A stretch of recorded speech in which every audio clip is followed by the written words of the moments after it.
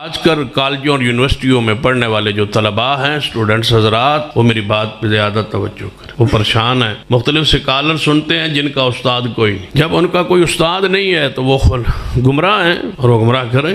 سن لیجئے، سب سے پہلے بات، جس سکالر کو آپ سننا چاہیں سنیں. ہم روکتے نہیں ہیں، ٹوکتے نہیں ہیں، لیکن سننے سے پہلے یہ سمجھ لیں کہ اس بندے کا، اس سکالر کا نظریہ کیا ہے، اس کی بنیاد کیا ہے، اس کا استاد کون ہے. تو سیدوں کو تو یہ زیب نہیں دیتا کہ اس طرح کی غیر علمی گفتگو کریں، اور پھر وہ ہوں بھی اہل حدیث.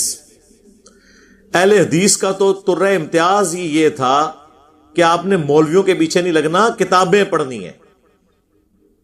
اگر آج پاکستان میں 10 لاکھ اہل حدیث ہے نا، تو اس میں سے 9.25 لاکھ وہ ہوگا کہ جس نے اپنے علماء کی قصے کہانیوں کو چھوڑ کر خود قرآن حکیم کا ترجمہ پڑھا، اور بخاری اور مسلم خود پڑھی، اور پھر اس نے سنت کے مطابق رفع الیدین کے ساتھ نماز شروع کر دی.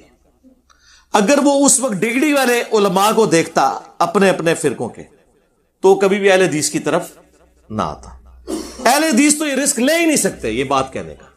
ان کی تو کوئی اوقات ہی نہیں ہے سب کانٹیننٹ کے اندر. بلکہ سب سے نٹوریس بدنام زمانہ اگر کوئی مکتب فکر ہے تو اہل حدیث کا ہے. یعنی کہ میں اس کو انڈورس نہیں کر رہا کہ ہونا چاہیے ایسے، یعنی ایک سمجھ لے ایک المیہ ہے.